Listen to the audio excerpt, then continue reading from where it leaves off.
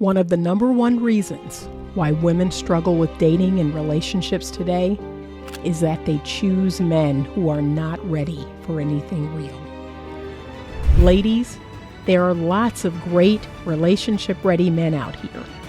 However, you need to learn how to choose them. I wrote this book to teach you how to do just that.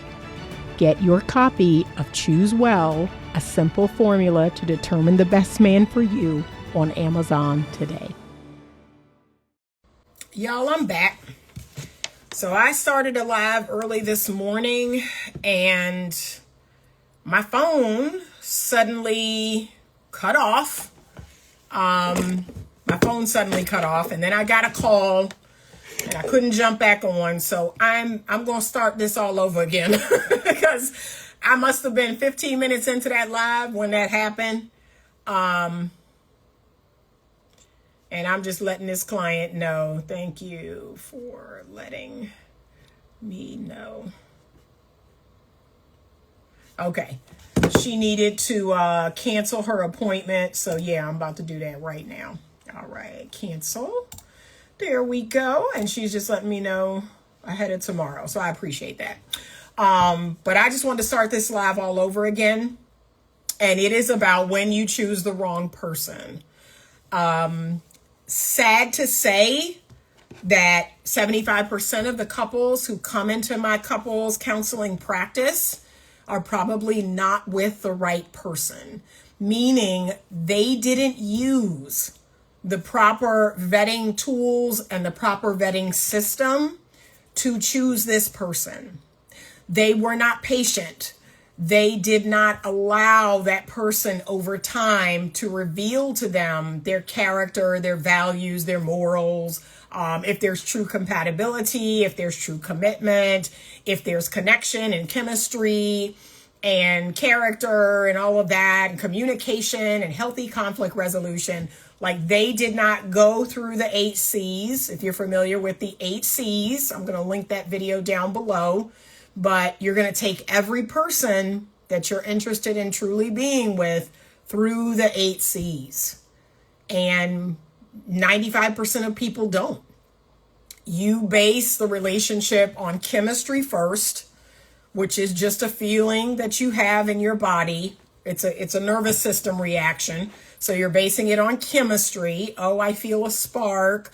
Oh, I feel some lust in my eyes for this person, or you know, the way they touch me, or this, what they're talking about and what they're doing, right? That's your number one way of determining if this person is right. And you forego all the other things on that list. International.K says this is where emotions and how they feel in the moment override the logic and the business aspects. Exactly. The number one thing that most men don't like about me, and I own this now at this big age of 57, is that I am a woman whose brain predominantly runs on logic and rationale. And they hate that. They hate the fact that this whole thing has to make sense.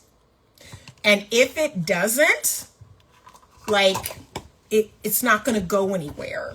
Right? They really don't like that about me. That their word game isn't working, them buying flowers or doing nice things and this and that. You know, the things that they normally do for women that make women just rip their panties off their body, that doesn't have that effect on me. It's like, it's nice and I appreciate it. Oh my gosh. Oh, thank you so much. How sweet of you. How wonderful of you. Like, that's all they're going to get. And when they don't have the outcome that they expected from doing these things and saying these things that normally make women like lose their mind, this is what they do to shame me. Well, you don't like me. You don't like me like that. You're not into me. Sir, I don't know you. Like, can we be honest? Like, I don't know you. As a matter of fact, hold on, I'm going to look it up now.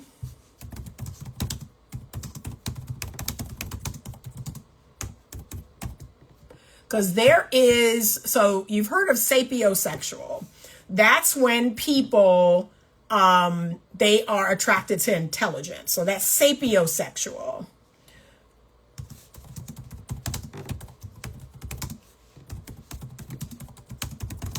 But there is another one. I'm going to look it up because I don't remember it offhand. Let's see if it comes up.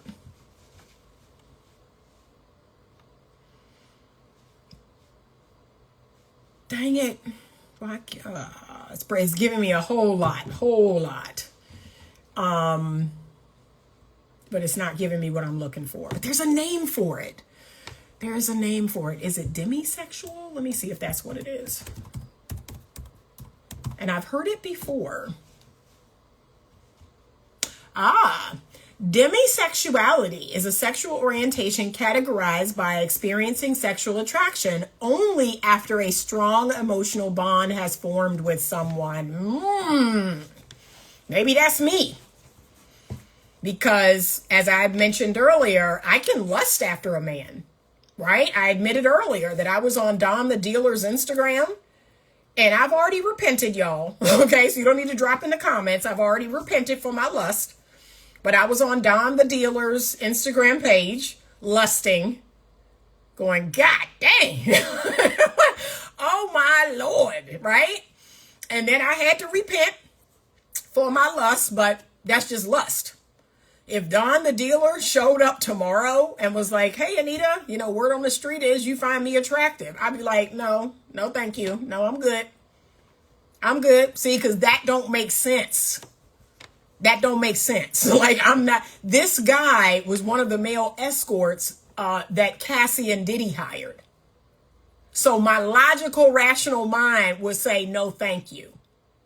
Now you fine. You fine. And it's a no for me. See? So someone said earlier, you are a rare woman. Yep. People put more effort into buying a car. They really do. Men actually like a woman who uses logic. Well, that's me.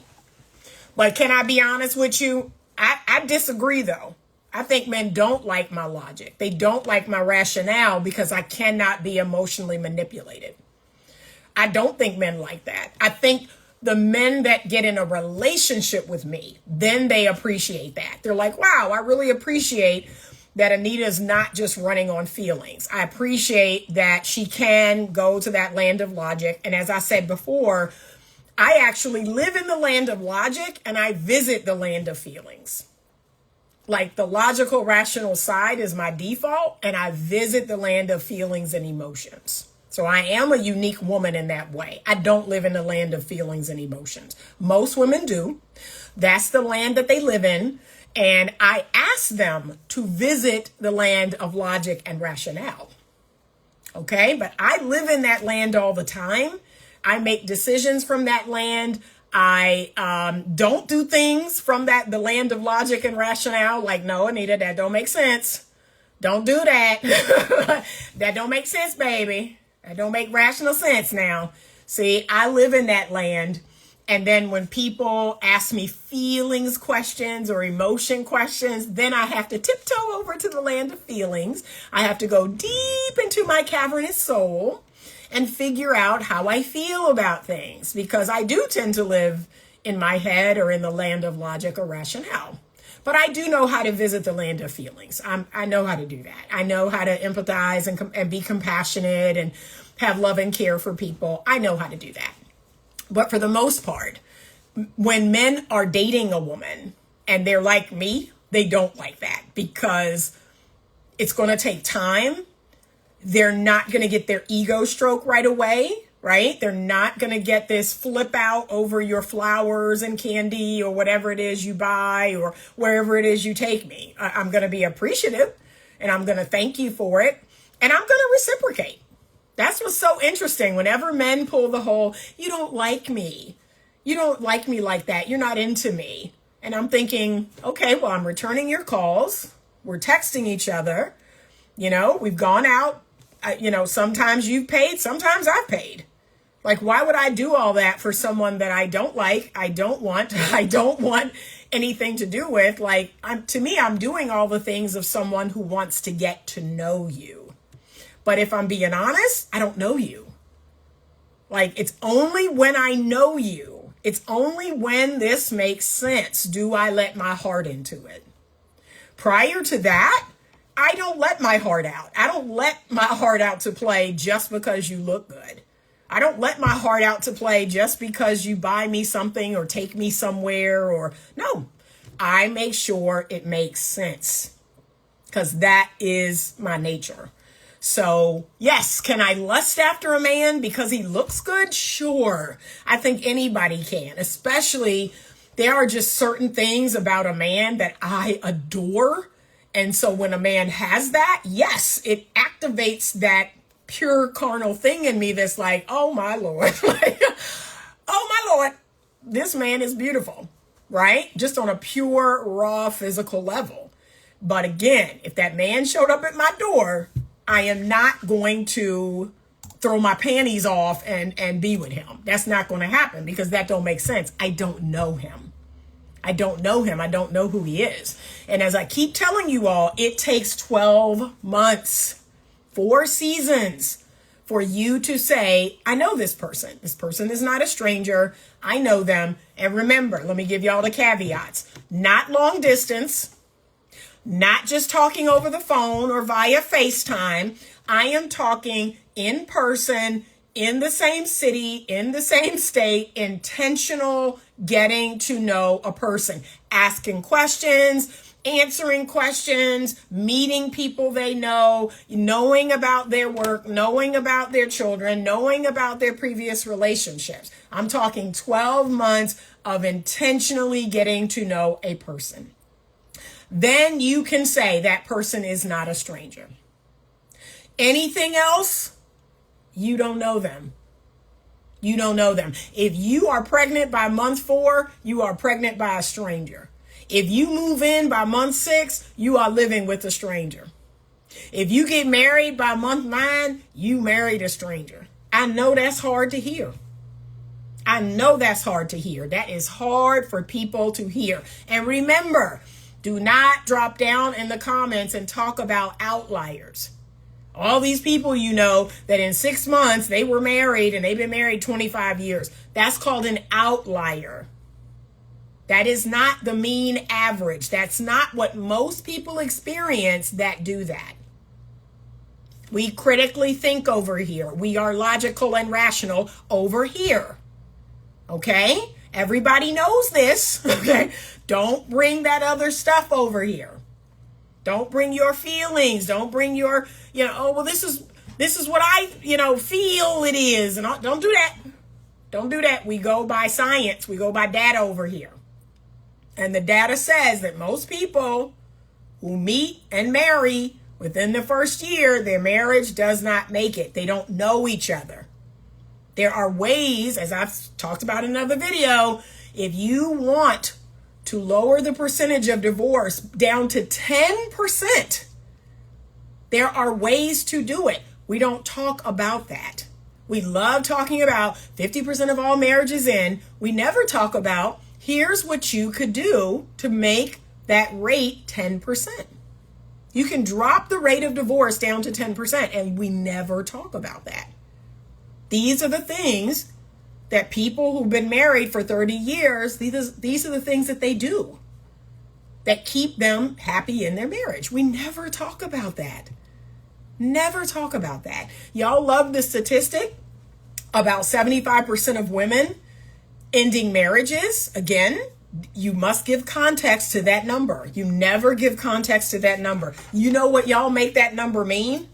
Y'all make that number mean women just leave marriages just because. Like, women wake up and they decide they don't want to be married anymore. Or you make it mean that women are the problem in the marriage. You don't critically think about what that actually means. But you love to use science out of context. You love to use science in a way that I'm like, no, that's not what that means. Like, dig deeper, keep going, right? Critically well thought out things say we go deeper. We go deeper. Men by gender, by nature, are loyal. And even when they're being treated poorly in the marriage, they stay. That's just their nature. That's who they are. That's their very DNA. Men tend to score lower in trait neuroticism, meaning they can handle more negative emotion than women can. That is just naturally who men are. I actually love that about men. I love the fact that they are lower in trait neuroticism, that they are loyal, right? Even men who cheat on their wives, they're not leaving their wives. They're not going anywhere. They're like, yeah, I know I'm dipping out, but I'm not leaving my marriage. When women cheat, they're looking to leave, okay? They're looking to leave. Okay, so that's how men and women are different. And then think about this. Men don't leave marriages because 70% of their social system is the marriage. Like, they have the most to lose. That's why they don't leave the marriage. That would be foolish. That's not a logical, rational decision. So if I leave this marriage, not only do I lose my wife, I could lose my children, I could lose all of my couples friends, I could lose my home. Look at all the things that they're going to lose if they leave the marriage. So men tend to be more logical and rational that way. Whereas women, it's just a feeling. They just wake up, and some of them do have a feeling. I don't think that's most of them, but some of them do have a feeling of, I'm unhappy. I don't want to be here anymore. This isn't how it was in the beginning. And I don't want to work on it. I don't want to see about it. And I just want to start over. Yes, that is a percentage of women. I don't think that's most of them, but I think there is a percentage of women that is the case. Where, especially in this TikTok, Instagram generation that we're all coming up in, right? They're seeing other women, they're leaving their marriage, or they're unhappy, they're getting out, and then the narratives that women spew that, oh, married women are the least happiest. Married women with children are the most miserable. Like, they're spewing this narrative, and y'all are eating it up, hook, line, and sinker. Y'all are eating it up, hook, line, and sinker. But anyway, let me get back on topic. So most of the people that come into my practice, 75% of them are not a good fit for one another. And that's the most frustrating thing about the work that I do. So these people are coming in after the fact. They have not learned how to properly vet. They've not learned, who is the best fit partner for them. How do I figure that out? And how do I go about finding that person? They haven't done any of that work. They've used their loins. They've used the spark and the chemistry to choose this person.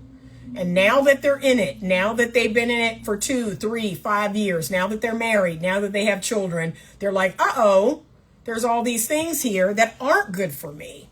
There's all these ways in which this person isn't a good fit. Now what do we do? Okay, so I'm going to, and there's lots of caveats here. Y'all know my first caveat is, if you find out any of this information in the first 12 months, you go about your business. Go about your business. Anything that happens in the first 12 months is called, oh, I'm glad I saw it. I'm glad I'm figuring this out now. I'm glad I'm at a point where I can back out of this with the least amount of repercussions. Okay? The first 12 months. And you a lie if you telling me you so deep in, you so in love, you so bonded. And people try to tell me that in the first 30 days. You a lie. You a lie. You in lust. You're not in love. You're not genuinely attached or bonded. You're in lust. But you can back right on out. You can save yourself 20 years of heartache if you see it in the first 6 months and you leave that person alone. You have just saved yourself 20 years of heartache. So any red flag that happens in the first 12 months, any deal breaker, is a deal breaker. That's why it's called that. It breaks the deal. We're done.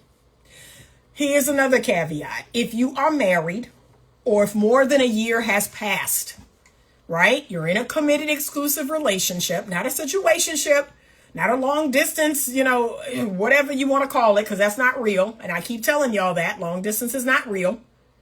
Okay, I'm not talking about that.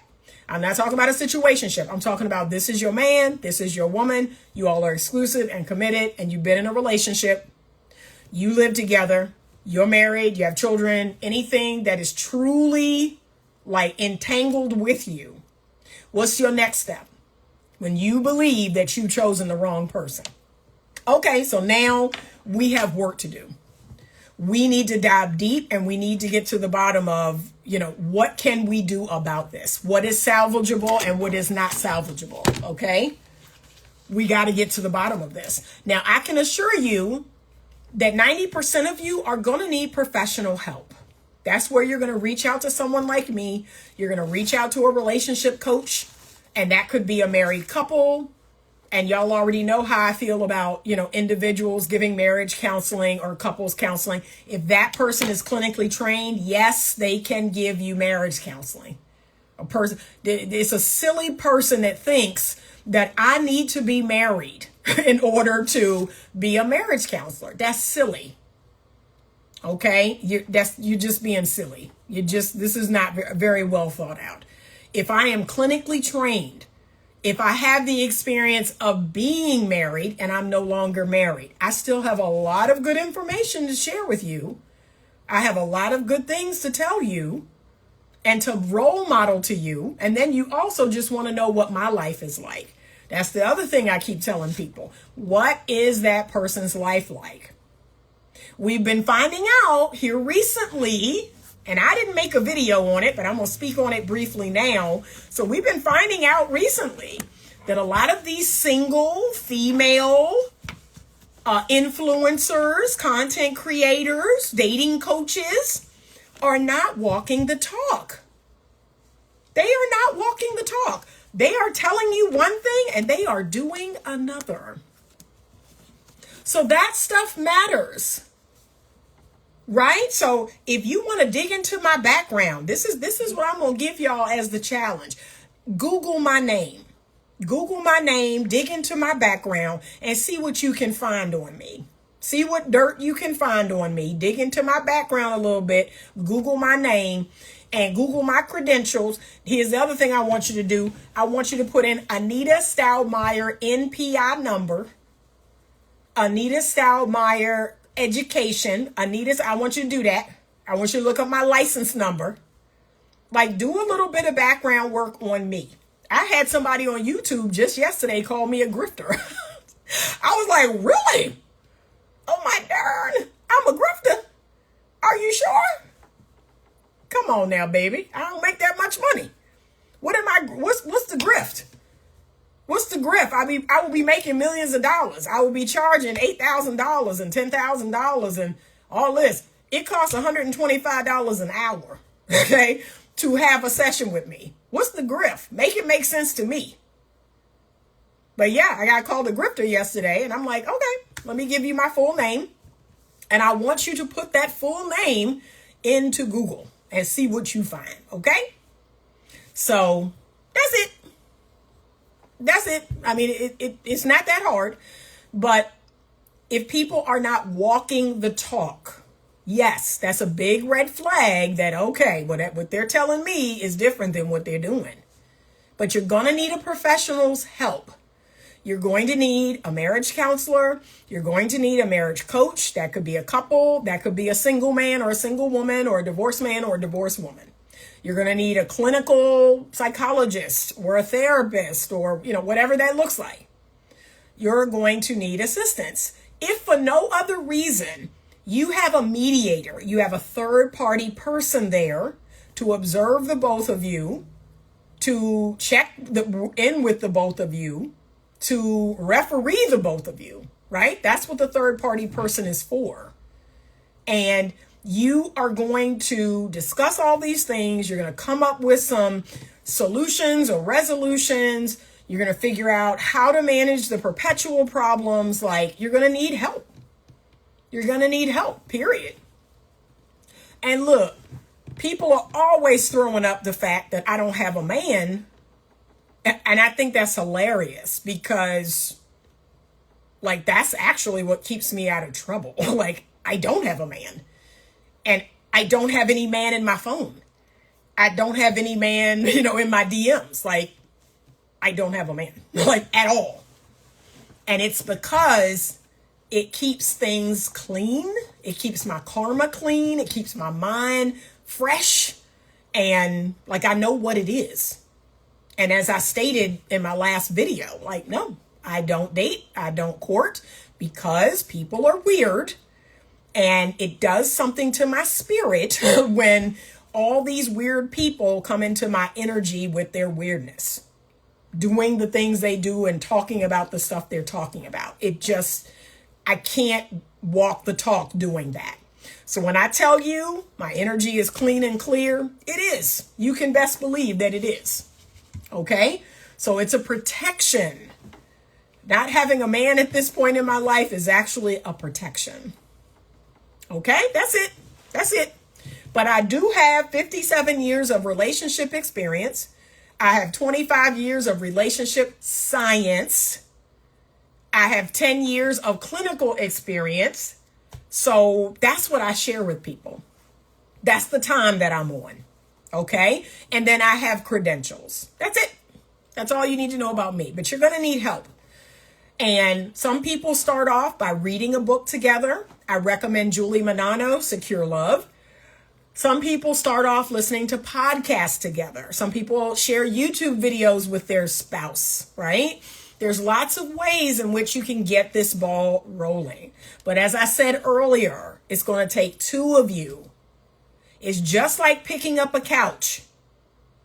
Both people can get on either end and pick the couch up. But what oftentimes happens is one person tries to pick that couch up and put it on their back. That's not going to work. Okay? And that's what leads to a lot of relationships ending.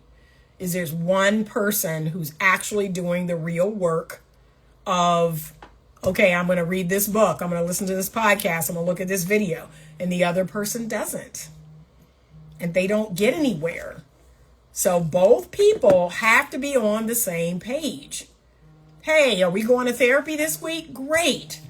Let's pick a day and time every 2 weeks that we're going to go to therapy. I tell couples this all the time.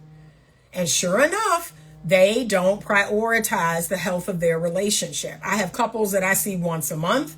I have couples that I see every 3 months. Like, they're not prioritizing the relationship. They're not saying, this is important to me. This matters to me. We need to fix this. They're dropping in and dropping out, and they'll do good for a while and they'll have a fight and come back. And I just tell them, like, this is how the rest of your life is going to be. Until you get serious about working on this relationship, this is how the rest of your life is going to be. So the couples who fare the best, they say Saturday morning at 9 every 2 weeks. That's when we go to Anita. Then we go to breakfast. We kind of debrief what we talked about in session, but we do that every 2 weeks. Those are the people that get real results because they're really serious about this work. But the people who kind of, come in and come out and they drop in and they drop away, they're going to go through this for years. I have people that I've seen like that for years in my practice. And I tell them, like, you're not serious. You're not serious yet. You don't want to really do the work. So until you do, these are the type of, results you're going to get. Inconsistent results. So, yep, that's it. But understand this. I said this previously in the morning video. It is not my goal. This is what a lot of people think the goal of couples therapy is. Keep the marriage going at all costs. Keep the relationship going at all costs. No. You need to find someone else to do that for you. It will not be me. The goal is resolution. That resolution could be the relationship improving, the people in the relationship improving and growing and changing and doing what they need to do. Learning the skills and the tools that they need to improve their relationship. That could be a resolution. The second resolution could be, we are not a good fit. We are not compatible. There are deal breakers in this situation and there is no resolution. So here's a perfect deal breaker. One of them wants to have children and the other one doesn't. There is no compromise to that. The relationship should probably end, so that one person can go on to have a child and the other person can stay childless. Yeah, there are certain things that there is no compromise on. Okay? And again, I would have loved to have caught you in the front end. That's what my coaching program is all about. That's what Skool is all about. That's what working with me one-on-one as a single is all about. I'm so passionate about proactivity. We need to be proactive and not reactive. 90% of people are reactive. Life is happening to them. And those people will only have so much of a measure of success in life because they spend their whole life responding or reacting to what's already happened. I hate that. I am the most intentional person I know. I have goals, I have dreams, I know where I want to go, I know what I want to do, and I head in that direction. I just talked to a client yesterday where I said, baby, you've been trying to get to Miami for 5 years and you ended up in Chicago. You ended up in New York. You ended up in Seattle, Washington. I know. I don't know why I don't get more, intentional and I don't know why but until you decide and you develop the discipline to say, this is where I want to go and start. And I told her, I said, you could have taken baby steps and you would have been closer to Miami, but you got to go in the direction of where you want to end. But even if you took baby steps, so maybe you started here in Virginia and you made it to North Carolina, you still closer to Miami than you are in Chicago, right? So even if that movement is slow, go in the direction of where you want to go. I just don't understand people who live like this. And it seems to me the majority of the population where life is just happening. Life is just happening to y'all. Y'all are just going with the flow and whatever's going to happen, happens. And then you're going to freak out if something bad happened and you're going to spend a lot of time freaking out about that. It was like, oh Lord. It's exhausting. It's exhausting. I don't have that kind of energy at this age. I have a limited amount of energy for nonsense. And right now, if I'm being honest, that energy is predominantly expended on my daughter. My middle daughter is the daughter that, every now and again I have to have this burst of foolishness. And I'm like, all right, let me just pull out some of this reserve energy.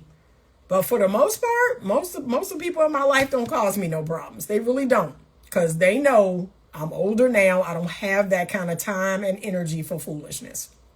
I don't. But no, people he said they're not preparing. Nope. Not even close. They just, whatever happens, happen.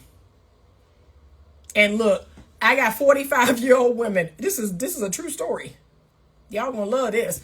I got 45-year-old women dealing with their ex, still talking about, yeah, I want to get married. I want to have a baby. I'm sorry, what? Did you just hear you? Did you just hear what you said? Because no.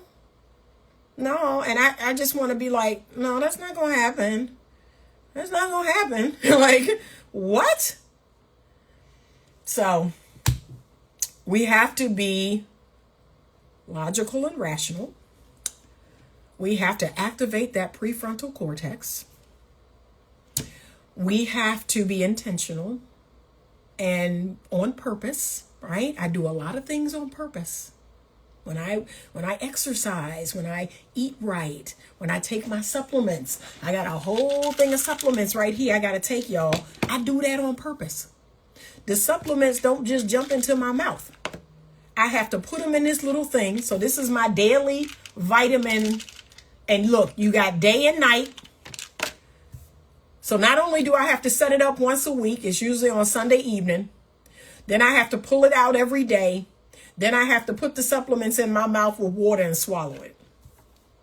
And all that so that I can be healthier, so I can have more energy, so that I can feel good every day, right?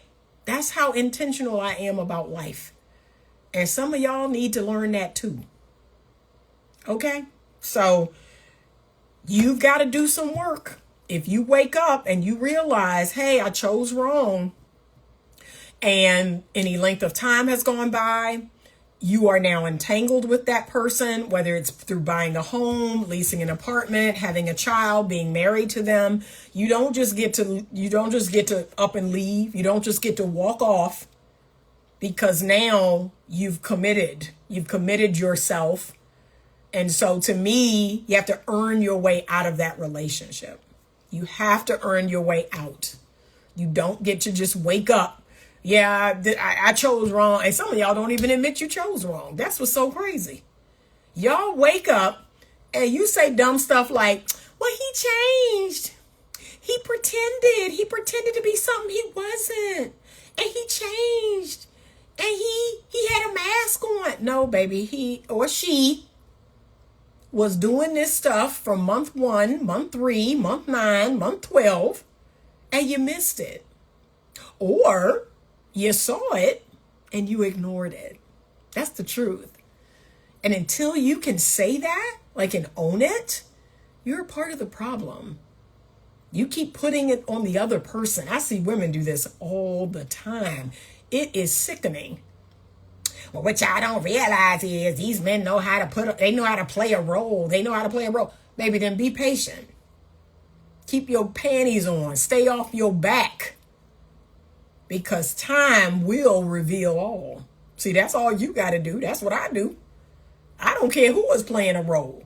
Let's see if you can play this role until the day we get married. Let's see. Let's see who break first. I can bet you it's going to be you. Because it's not going to be me. I got too much practice in this game. It ain't going to be me. It's probably going to be you. But yeah, I'm going to hold that line and watch. 3 months in, you know what, Anita? I don't think you like me. I don't think you into me like that, because, we ain't really kissed. We ain't really, cuddled. We ain't been together like that. Go away from here. Go away from here with that, okay? Like, that's the oldest manipulation tactic in the book. Go away from here with that, all right? And look what I tell them. Okay, I mean, if that's how you feel. See, what I look like. What I look like doing anything different than what I'm doing. This is what I tell them. Well, it's unfortunate that you feel that way. But, I get it. If that's how you feel. And I go about my business. I'm not going to be shamed. I'm not going to be manipulated into giving you something I'm not ready to give you. That's not going to happen. Okay? So that's it. That's it. But let's stop all this foolishness now. Let's stop these games and stop all this foolishness. Ladies, y'all get tricked out of your time and your heart and your body. And a lot of it is y'all. A lot of it is your inability to be patient. It's giving in to that female nature you have, where you fall in love with words. And you so beautiful, and you so this and that, and oh my God, I can see you as a wife, and blah, blah, blah, blah, blah, blah, blah, blah. And you just, oh my God, girl, he said he could see me. So that means absolutely nothing until words align with actions. That means absolutely nothing. He said, don't accept those people who haven't earned a place in your life. Simple. See, it really is very simple. But you have work to do. When people come into my office and they say things like, I chose the wrong person. This person is not right for me. I think we need to be out of this relationship. Okay, I'm going to run you through the courses. I'm going to run you through the different things that I do in my practice. And we're going to see. We're going to see if we can work through some of this. But you're committed in my mind. You're committed now. And the thought that you can just get up and walk away, no. You got to earn your way out of this relationship. I had to earn my way out of my marriage. When I tell y'all, I did everything under the sun to repair that marriage, because I knew the effect it would have on my children. I knew the effect it would have on me.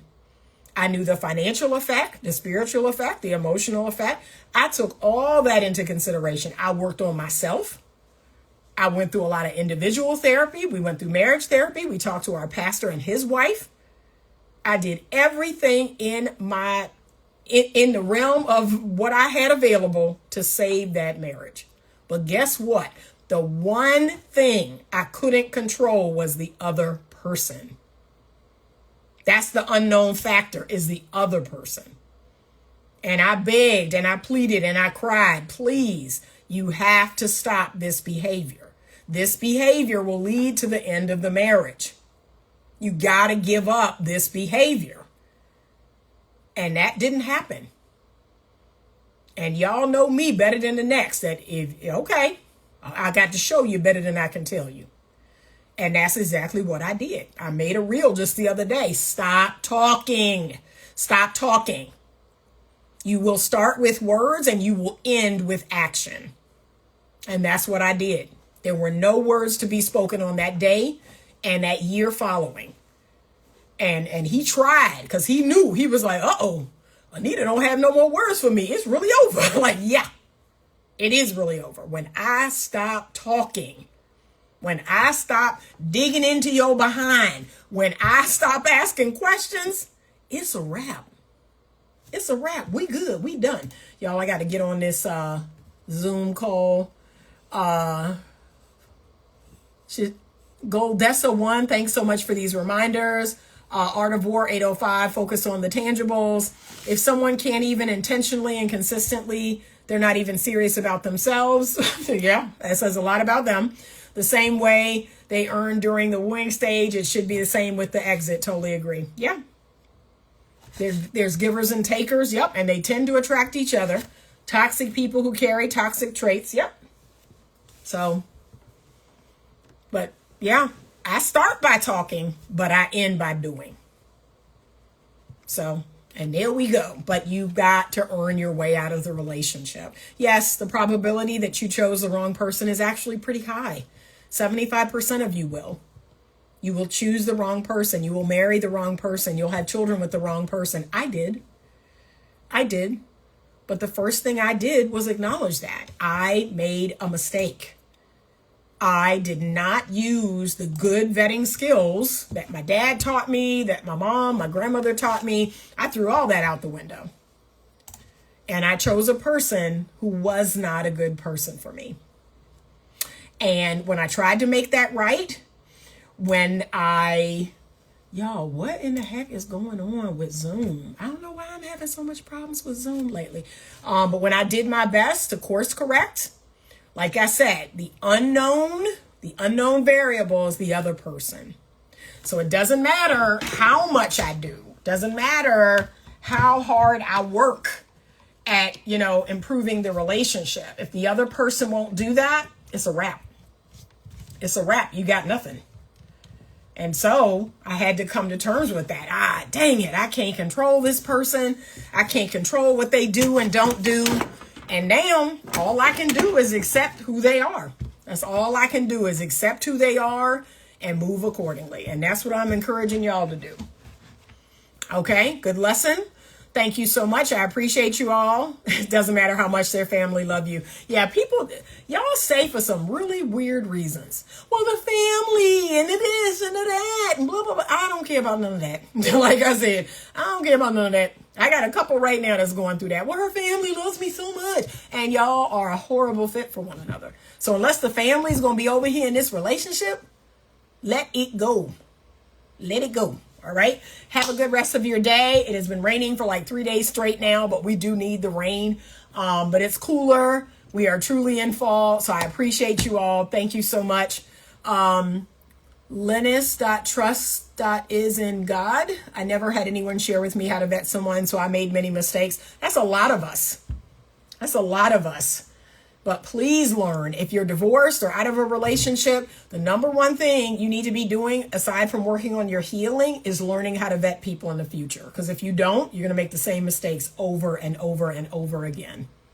I just got finished with a session just now with a single gentleman, and he was like, Anita, that's the greatest thing you taught me after my divorce, is what to look for in the next woman, what to vet for, what to walk away from. I was like, you're darn tootin'. That makes the pain all the more worthwhile. We learn, we grew, we don't go back. We don't do the same thing again. That's the very definition of insanity. Have a great rest of your day. I appreciate you all. And as always, stay open to love.